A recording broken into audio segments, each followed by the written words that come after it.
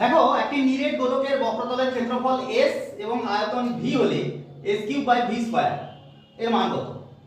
তাহলে s সমগ্রতলের ক্ষেত্রফলের সূত্র আমরা কি জানি? 4πr³ sorry 4πr²। আর আয়তন কি? 4/3πr³।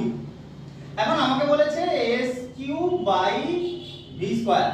তাহলে কি পাবো? s মানে হচ্ছে 4πr² তার হোল কিউব বাই v² মানে হচ্ছে v মানে হচ্ছে 4/3 পাই r³ তার হোল স্কয়ার সমান কি পাচ্ছি দেখো? 4 4 16 4 4 16 4 64 64 পাই কিউব আর r টু দি পাওয়ার 6। একই ভাবে এখানে কি পাচ্ছি? 4 4 16 3 3 9 পাই স্কয়ার